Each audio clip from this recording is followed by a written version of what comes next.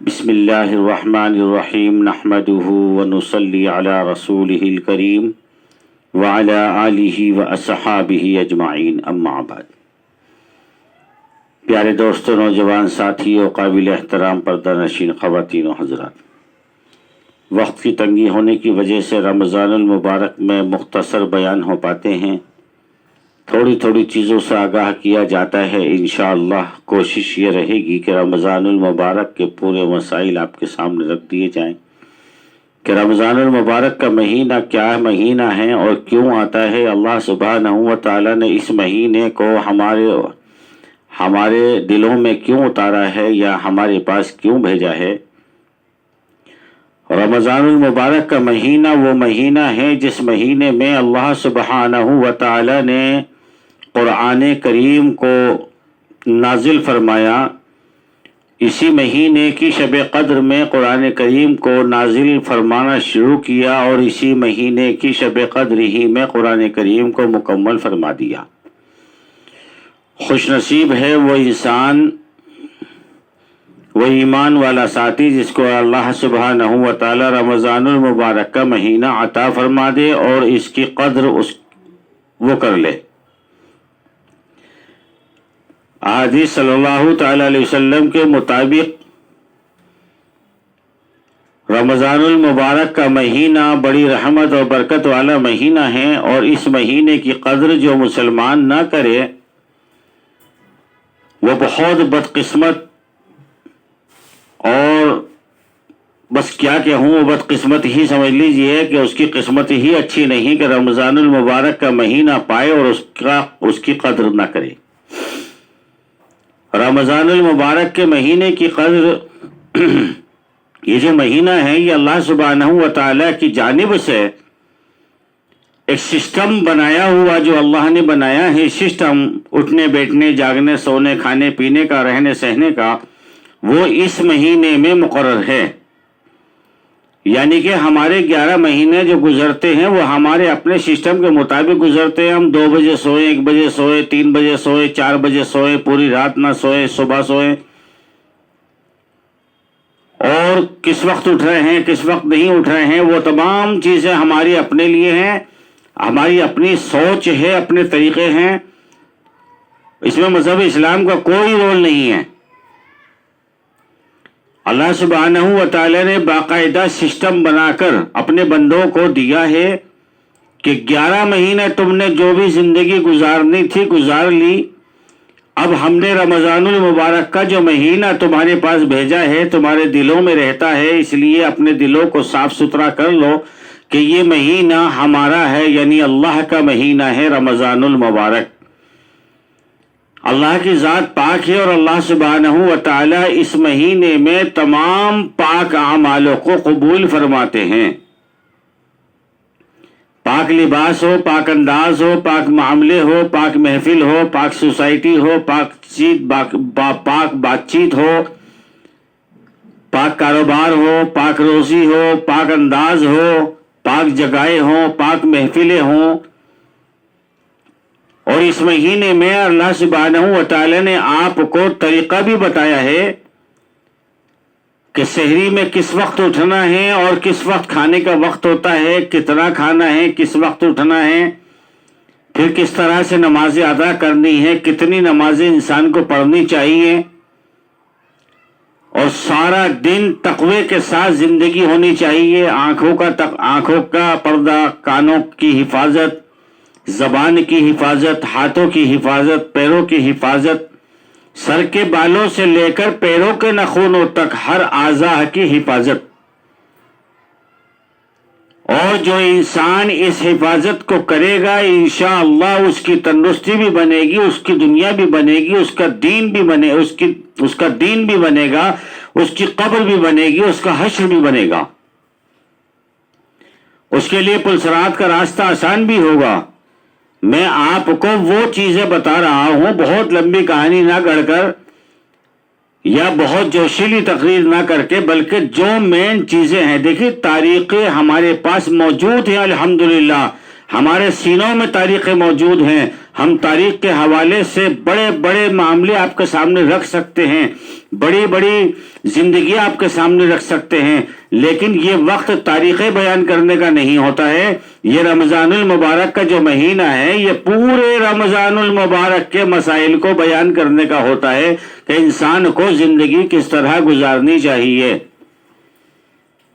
اللہ سبحانہ و تعالیٰ نے اس مہینے میں 30 روزے فرض کیے ہیں۔ دن میں روزہ ہوگا اور رات میں زیادہ سے زیادہ لمبی نمازیں پڑھ کر اللہ سے مانگنا ہوگا، قرآن نے کریم کو سننا اور سنانا ہوگا، اور اللہ کا ذکر کرنا ہوگا، اور اللہ سے تنہائی راتوں میں خوب رو رو کے اپنے پروردگار سے مانگنا ہے۔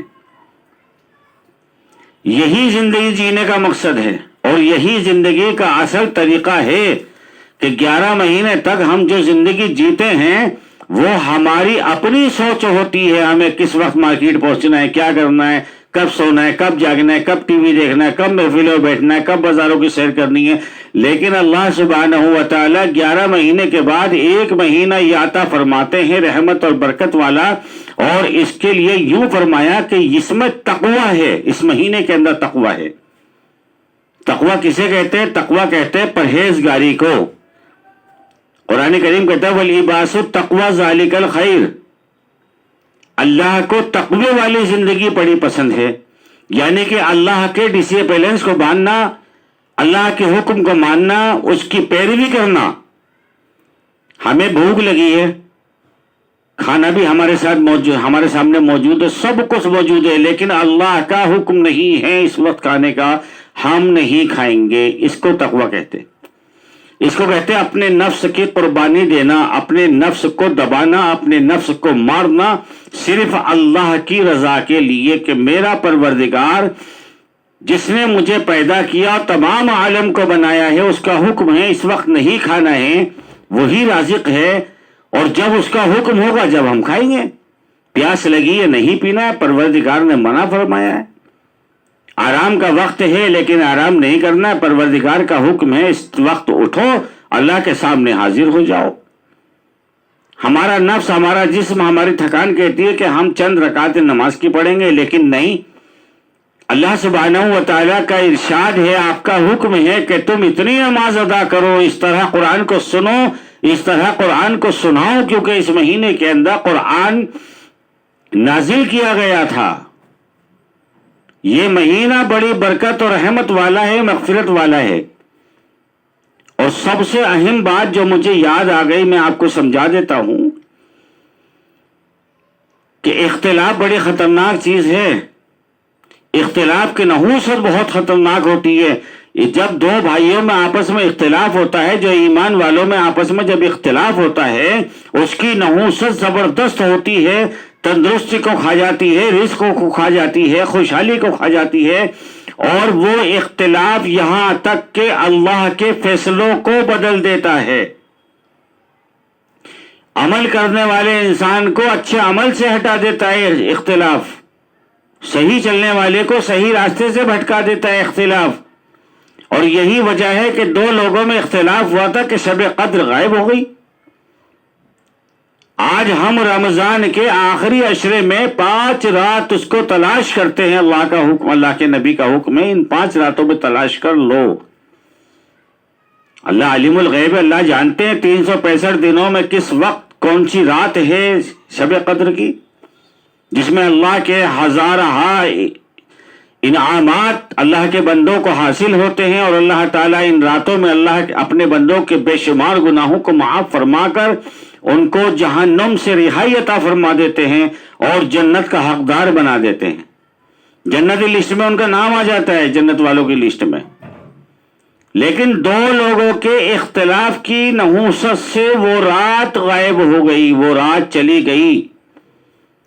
اس لیے ہمارا آپس میں اختلاف بہتر نہیں ہے۔ ایک بات اچھی طرح سے سمجھ لیجئے گا، رمضان المبارک کا چاند نظر آتے ہی شیاطین کو اور شرکش جنات کو گرفتار کر لیا جاتا ہے، ان کو قید کر لیا جاتا ہے۔ ابلیس ملعون مردود کو قید کر لیا جاتا ہے، جو اولاد آدم اولاد کا دشمن ہے، نسل کا دشمن ہے، اور قیامت تک تمام انسانیت کا دشمن ہے۔ خالی مسلمان کا نہیں، تمام عالم کا دشمن ہے، تمام انسانیت کا دشمن ہے۔ اور وہ خطرناک جنات جو شرکش ہیں، لوگوں کو گمراہ کرتے ہیں اور لوگوں کے نس کے اندر خون کے قطرے قطرے کے اندر دوڑتے ہیں۔ حضرت صلی اللہ علیہ وسلم نے ارشاد فرمایا جب بندہ اللہ کا ذکر شروع کرتا ہے تو وہ شیاطین اس کی رگوں میں سے نکل جاتے ہیں، اس کے خون کے قطروں میں سے نکل جاتے ہیں۔ اور جب اس کو گرفتار کیا جاتا ہے اس سے پہلے یہ ریکویسٹ کرتا ہے، درخواست کرتا ہے، لوگوں سے کہتا ہے کہ میرے بھائیوں، میرے دوستوں، آپ میرے بڑے عزیز دوست ہو، بڑے پیارے دوست ہو، لیکن آج میں جا رہا ہوں، جو میں نے تمہیں 11 مہینے تربیت و تعلیم دی تھی اس کو یاد رکھنا، تم سے کوئی ایسا کام نہ ہو جو اللہ اور اللہ کے نبی کی اتباع تم سے ہو جائے، میں تمہارا ہمدرد ہوں، میں تمہارا دوست ہوں۔ یہ سبق دے کر کے جاتا ہے، سکھا کر جاتا ہے، اور یہی وجہ ہے کہ 11 مہینے تک جو لوگ اس کے مکر و فریب میں پھنستے ہیں ان کے جسم کو عادت ہو جاتی ہے، ان کی زبان کو عادت ہو جاتی ہے اس گناہ کی، اسی لیے وہ رمضان المبارک کے مہینے میں دن میں اور رات میں بھی انہی گناہوں کو انجام دیتے ہیں۔ مثلا کسی کو گالی کی عادت ہے، وہ گالی دے گا۔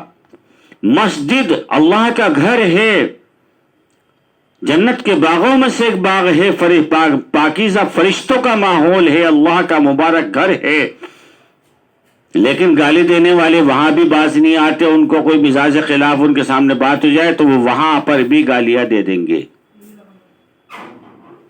مذاق کریں گے تو گالی دیں گے، کھیلیں گے تو گالی دیں گے، لڑیں گے تو گالی دیں گے، حساب و کتاب ہوگی تو گالی دیں گے، یعنی کہ بس زبانی ان کی مادری زبان بن چکی ہے۔ اب شیطان کو گرفتار کر لیا گیا ہے، لیکن جو 11 مہینے جو اس نے اپنی محنت کی تھی وہ محنت رنگ لا رہی ہے۔ وجہ یہ ہے کہ ایمان گھٹا ہے، ایمان گھٹا ہے، ایمان کی کمزوری کی علامت ہے کہ رمضان المبارک کے مہینے کے دنوں میں اور راتوں میں گناہ کا ہونا ثبوت ہے اس بات کا کہ یہ شخص کے دل میں کتنا ایمان ہے اور کتنا ایمان نہیں ہے۔ اللہ تعالیٰ کہنے سننے سے زیادہ عمل کی توفیق نصیب فرمائیں۔ موقع ملا تو انشاءاللہ بہت جلد دوبارہ آپ کی خدمت میں حاضر ہونے کی کوشش کروں گا۔ وقت کی تنگی ہوتی ہے، اذان کا وقت بھی قریب ہے، عشاء کی اذان ہونے والی ہے۔ اللہ تعالیٰ ہمارے اس مہینے کو بہت قبول فرمائے اور اللہ تعالیٰ ہمارے نفس کی حفاظت فرمائے۔ اللہم انی اعوذ بک من شر نفسی، اے اللہ ہمارے ایسے نفس سے ہم تیری پناہ چاہتے ہیں جس میں شر پیدا ہوتا ہے، جس میں پریشانی ہوتی ہے، جو ہلاک اور برباد کرتا ہے، ہمیں اپنی پناہ میں لے لے۔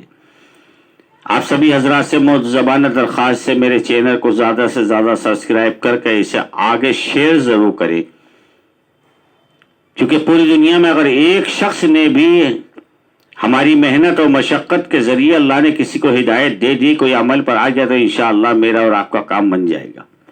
اللہ سبحانہ و تعالی ہمیں بھی معاف فرما دیں گے۔ اللہ تعالیٰ کہنے سننے سے زیادہ عمل کی توفیق نصیب فرمائے۔ بزرگوں، دوستوں، آپ کو اچھے سے علم ہے میں بہت کافی عرصے سے بیمار و کمزور چل رہا ہوں، تو چلنے پھرنے میں دقت پریشانی بھی ہوتی ہے، کافی کمزور بھی ہو چکا ہوں، ٹانگیں بھی پوری طرح کام نہیں کرتی ہیں۔ اللہ سبحانہ و تعالیٰ سے میرے حق میں دعا کرے اللہ مجھے صحت کامل عاجلہ عطا فرما دے۔ سبحان ربک رب العزت عما یصفون وسلام علی المرسلین والحمد للہ رب العالمین۔ السلام علیکم ورحمۃ اللہ وبرکاتہ۔